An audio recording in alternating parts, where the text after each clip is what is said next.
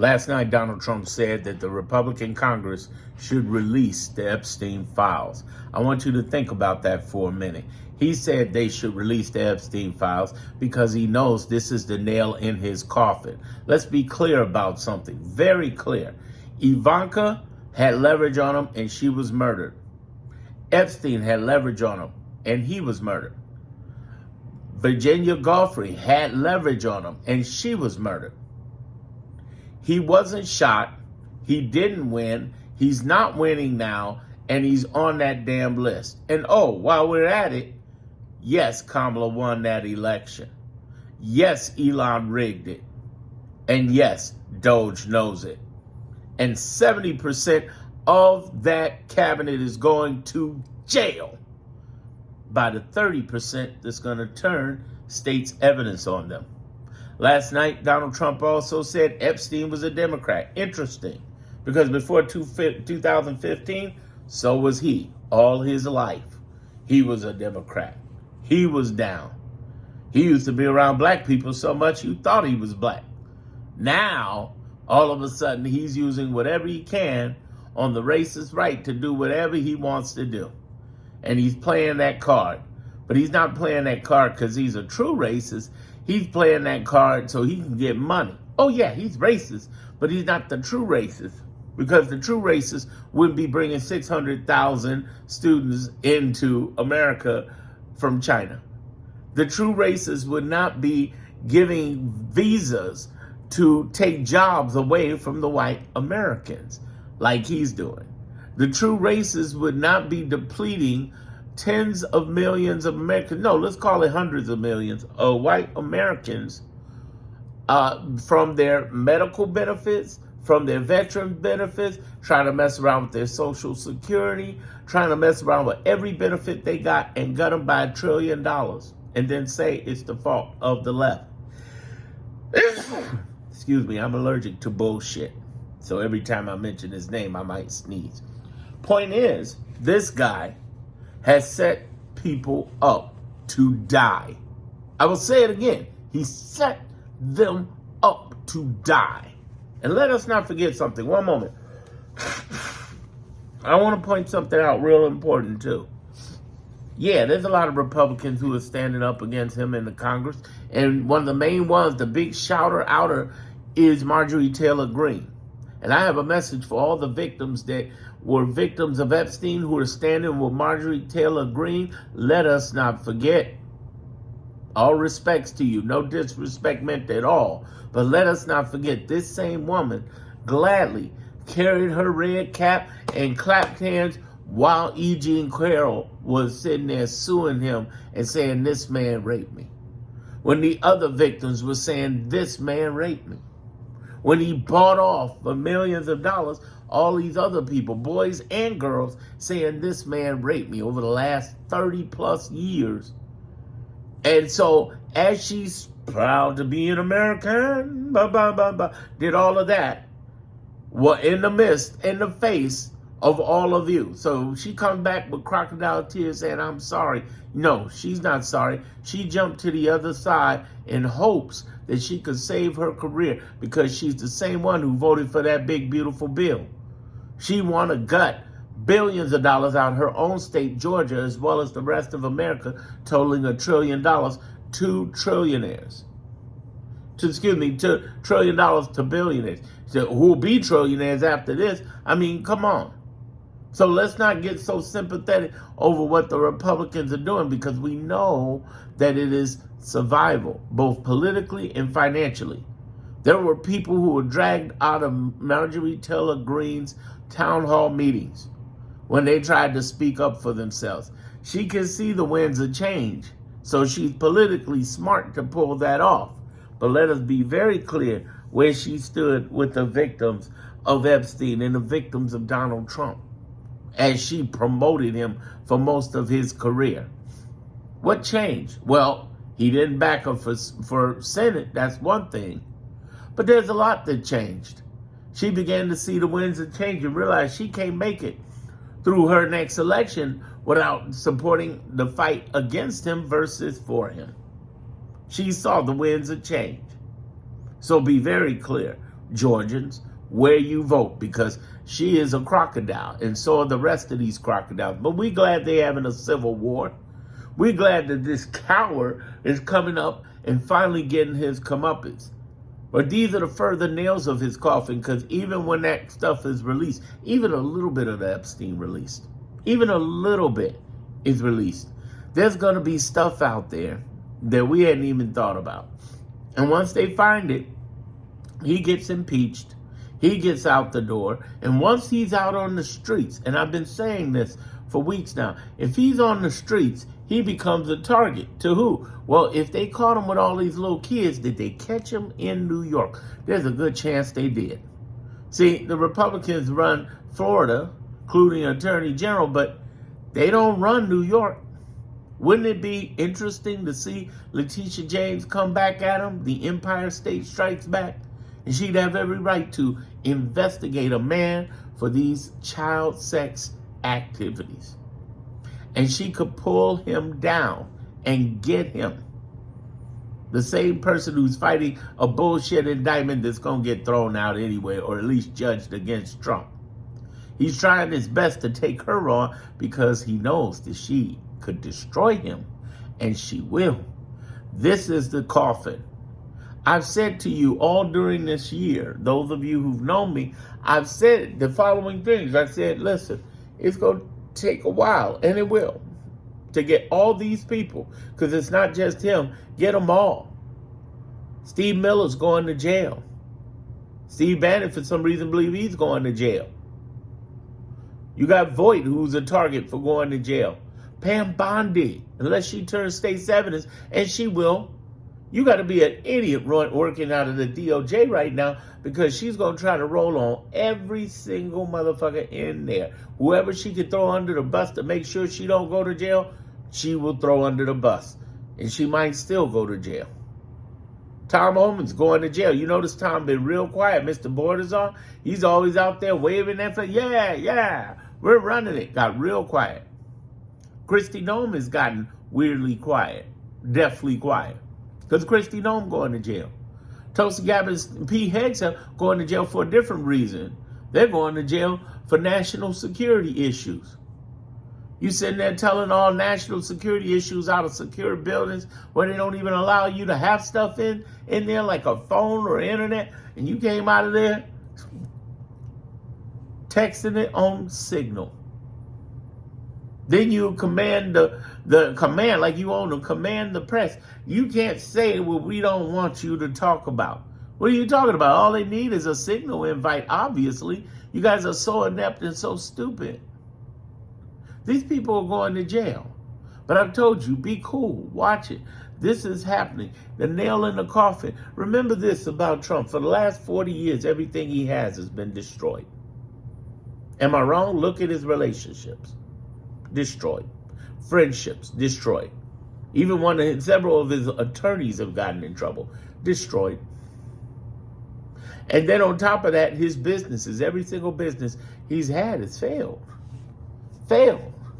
He's gone from hustle to hustle to hustle and fucked over so many people. Every building he's built with his name on it, he screwed over the contractors from one side of this country to another. That's his game.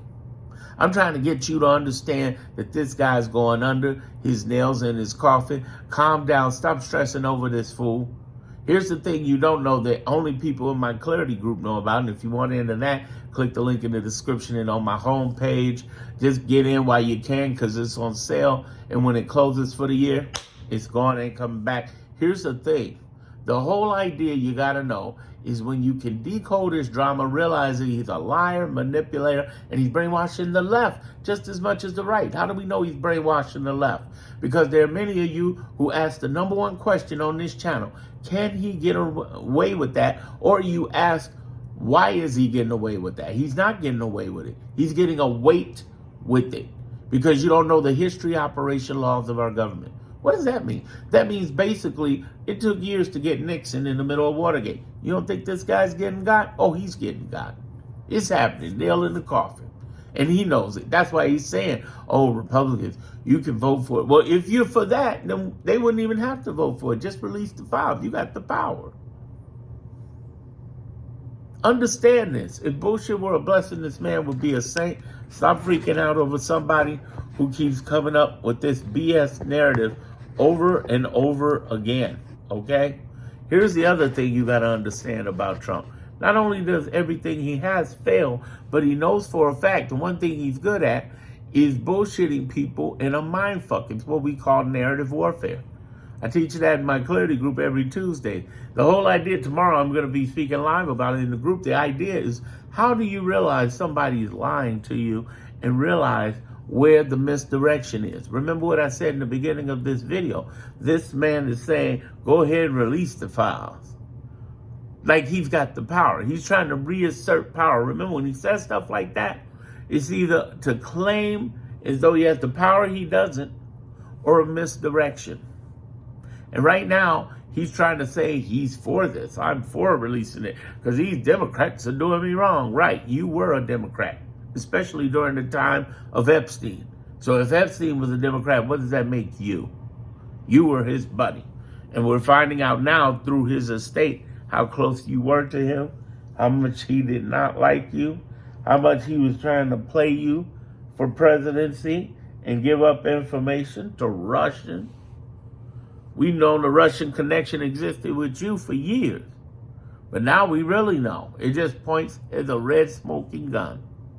The other thing we also understand beyond your failure record, Mr. Trump, Mr. President Trump, is that if he thinks for 1 second he can win, he's not.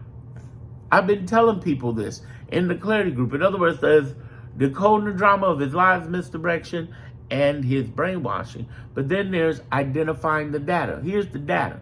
He's losing 70% on lowercase courts in lowercase courts. He has 500 to 700 cases active, and he's lost in temporary injunctions, permanent, state, national injunctions, and actual cases. And many of you think that the Supreme Court washes everything. Oh, well, he just takes it to the Supreme Court. He can't. That's why he didn't take gay marriage up there. That's why people can't bring gay marriage up. And a whole bunch of other stuff. Because here's what most Americans don't know. 1%. That's the only amount that the Supreme Court deals with. So out of those 500 to 700 cases that are left, 1%, if he's lucky, he can get up there. He can't run them all through. And then there's those of you who just don't know, you like to think, well, the stuff he does run through is the most important. Bullshit. Bullshit. Do you know he tried to freeze Medicaid in the first 3 weeks of his presidency? Do you know we've had allies other than the hundreds of court judges? Now, all of them ain't on our side, but there's 670. Here's what I mean by identifying the data that I teach every day. There's 677 judges in this country across 94 districts and 50 states.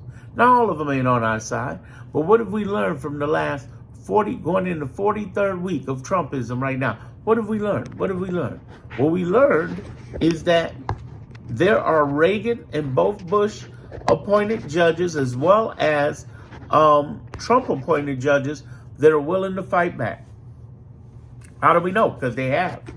They've been part of those temporary, permanent, state, and national injunctions and cases. And he can't take everything up to the higher courts. Can't do it. They can't handle everything. They can't handle the truth. Here's the other interesting thing to know as we break this down, going in the 43rd week of Trump and him failing and this Epstein list breaking him down. 70% of the cabinet, I believe, is going to jail because the 30% is going to turn state's evidence. Understand this. Once he's out this office, he is an open target. And as I said, the Empire State could get his ass on these sexual children charges. It's low-hanging fruit. There are 9 different types of investigations on Trump. The top one is the grifting, the deportation of American citizens. That's what's going to put Steve Miller in jail. And a whole bunch of State Department and Department of Homeland Security people, as well as thousands of ICE. Thousands of ICE are going to jail. They're one of the main groups that are going to get thrown under the bus because they're a bunch of thug nobodies. Then we have a situation where there's investigation with Doge and Elon. Oh, for what? Well, remember earlier this year, they went into 30 plus departments, broke into them, and fucked up a bunch of shit, took a bunch of information. The biggest money Elon stands to make is when he hooked his AI Grok or whatever to 350 million plus people whose data is in the system. He's not selling our information. He's selling the algorithm thinking of our information. Because and he's not selling it, he's licensing it. Because there's no law against that. And if he licensed that, understand that, his biggest money is between that and the blockchain. That's the truth. You know what else is interesting? And then I don't say this enough. Now you pay attention to this if you listen this far. There's only one other president that fired this many people out the intelligence community, and that was JFK. Now, I'm not insinuating something's going to happen to this man that way. I don't even want anything to happen to him that way because I don't believe in violence, and you make a martyr of this man. Let's not harm him or anybody else. But I will tell you this.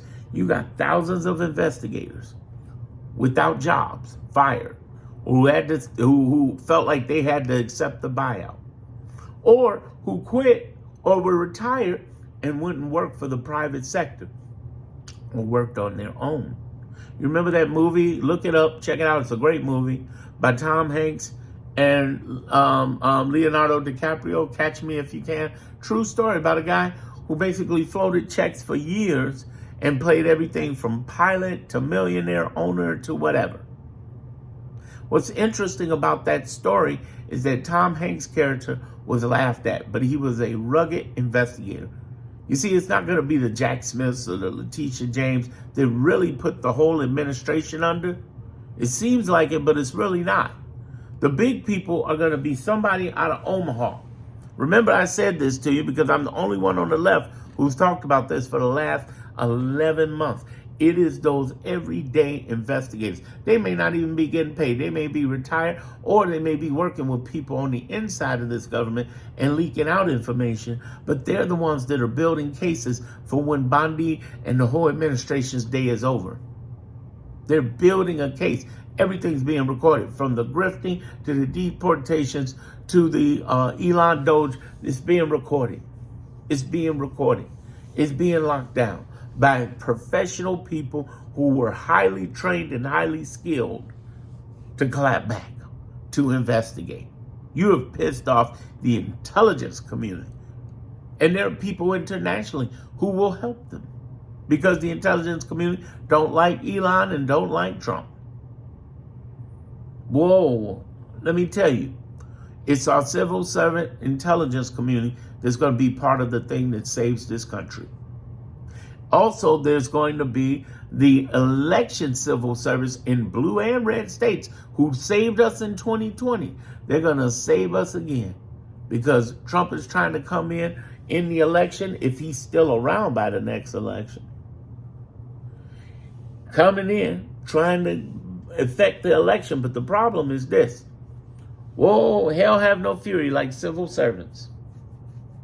Civil servants don't play. Civil servants stand on their numbers. I remember when he was challenging civil servants in November 2020, I said, is this guy nuts? Are you serious? He was trying to do it, which created a January 6th, and he pardoned all those people, but those people are such thugs and gangsters, they went right back to jail, and some of which even got killed. What I'm trying to get you to understand is that not only is this the nail in his coffin with Epstein, but there's a variety of things they're going to get him over. Some things are going to be quick, Epstein. It's going to be the quickest. Then there's some things that's going to take years, but they're going to get him. They're going to get him. They're going to get his sons. They're going to get his daughter. They're going to get his family. And they're going to get the administration. Like I said, 70% is going to jail. By the other 30%, they turn state's evidence.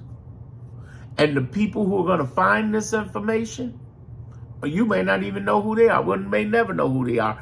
Actually, because they'll be everyday investigators, intelligence officers, or former investigations intelligence officers, some of which are being financed by the private sector. See, here's something nobody ever told you other than me. You ain't heard this from any creator.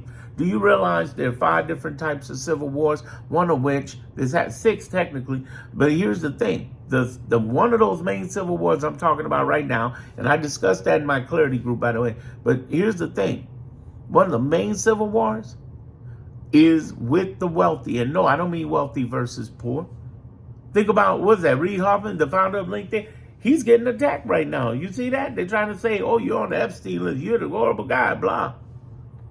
Why is that? Well, because he's a mega donor for Kamala Harris and the left. There's a whole bunch of billionaires and millionaires getting attacked, y'all. They are. Because they stand strong. And what I'm trying to bring this back to is you understanding the bigger picture. The nails in the coffin are just the beginning. The nails in the coffin. We got a long funeral procession going on. And even after the funeral procession, we got some, what do they call a memorial? Memorial, yeah, court. And the people who are going to put them under are going to be some people you never ever knew. I live here in Chicago, and one of the things we know about Chicago, the true history of Chicago, is that the most infamous character out of Chicago is Al Capone. What got Al Capone? A nobody investigator. A nobody. Who 6, they called it the Secret Six. 6 businessmen went to the president and said, we got to stop this violence in the 1920s. And the president sent them an investigator. And the investigator found where the money's at. That was the beginning of the end. That's how we find the drug. That's where the whole RICO stuff come back. Follow the money. Like that TV show, The Wire, said, you follow the drugs, you'll find drug deals. You find the money, you'll go everywhere. Follow the money. And what I'm saying to you is follow the money. Follow the streets. They're going to get this man. But Epstein is the thing that's going to tear him down. And all you need is some patience. Just hold on, okay? Watch my next video. It'll be okay.